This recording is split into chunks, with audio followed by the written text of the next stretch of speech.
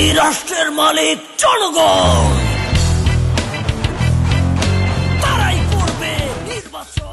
আমি শেষ প্রশ্নে চলে যাই, সেটা হচ্ছে ভূমিবিন্যাস ও ব্যবহার নীতি, স্বাস্থ্যনীতি, শিক্ষানীতি, পররাষ্ট্রনীতি, বাণিজ্য নীতি, শিল্পী নীতি, স্থানীয় সরকার নীতি, নিরাপদ খাদ্য নীতি, জনবান্ধব বিচারিক নীতি, খনিজ নীতি, প্রশাসনিক বিকেন্দ্রীকরণ নীতি, গবেষণা ও উন্নয়ন নীতি ইত্যাদি প্রণয়ন ও বাস্তবায়নের লক্ষ্যে কী পদক্ষেপ গ্রহণ করবেন? আচ্ছা, এই যে ধরেন এতগুলো বিভাগ, একটা মানুষ কিন্তু অলরাউন্ডার হতে পারে না।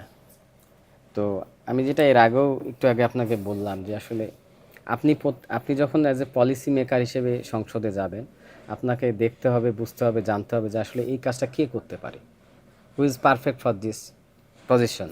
আপনি প্রত্যেকটা সেক্টরে ওই ব্যক্তিগুলোকে খুঁজে বের করবেন। যেমন আমি আমার বন্ধুরা বিভিন্ন কর্পোরেট জবে আছে, তাদের কাছ থেকে মানে একটা বিষয় অভিজ্ঞতা নিয়েছি যে আসলে যখন একটা কোম্পানি কোনো বাজারে প্রোডাক্ট ছাড়ে, ওই ব্যবসার অভিজ্ঞতাটা তো মালিক পক্ষের থাকে না। তখন তারা কি করে যে ওই সেক্টরে মাস্টার মাইন্ডকে তাকে খুঁজে বের করে তাকে দিয়ে ওই কাজটা করায়। তো প্রতিটা সেক্টরে আপনি এখানে যতগুলো বললেন, ভূমিবিন্যাস, ব্যবহার নীতি, স্বাস্থ্যনীতি, শিক্ষানীতি, তো প্রত্যেকটা সেক্টরে আপনার যে দক্ষ তাকে এনে বসিয়ে তার সাথে সলা পরামর্শ করে ওই কাজটা করতে হবে। যেমন তাসনিম যারা কিন্তু একজন ডাক্তার, তো সে ভালো করেই জানে যে বাংলাদেশের হেলথ সেক্টরে কোথায় কোথায় প্রবলেম হচ্ছে, সেই জায়গাগুলো কিন্তু সে সমাধান দিতে হবে। কিন্তু আমাদের বর্তমান স্বাস্থ্য উপদেষ্টাও কি বাংলায় পড়া যদ্দূর সম্ভব। তো এই জায়গাগুলো আসলে আমাদের সংস্কার করতে হবে, এই জায়গাগুলো পরিবর্তন করতে হবে। আর আমি সর্বোপরি যেটা বলবো যে আসলে আপনার মধ্যে আবারও বারবার বলবো যে আমাদের মধ্যে দেশপ্রেম আনতে হবে, মনের মধ্যে ঈমান আনতে হবে, আল্লাহ ভীতি আনতে হবে। এবং আমি বাংলাদেশের জনগণকে আহ্বান করব, আমি শাহবাগে মন্টু ভাইয়ের বইয়ের দোকানে ইনকিলাব ইনসাফ কায়েম কেন্দ্র খুলেছি, আপনারা ওখানে আসবেন। আমি থাকি বা না থাকি, চায়ের আড্ডায় বসবেন, বসে দেশ গঠনে কিভাবে কাজ করা যায় সেই কাজগুলো আমরা যাতে সম্মিলিত করতে পারি।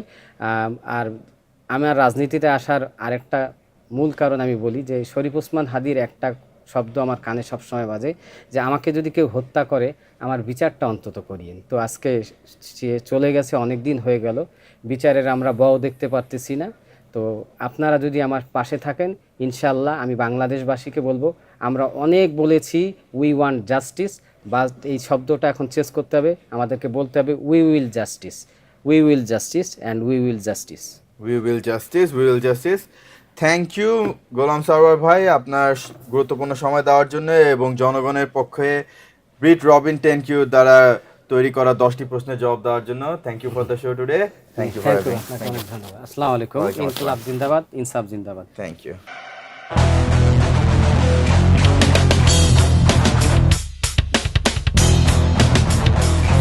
এই রাষ্ট্রের মালিক জনগণ।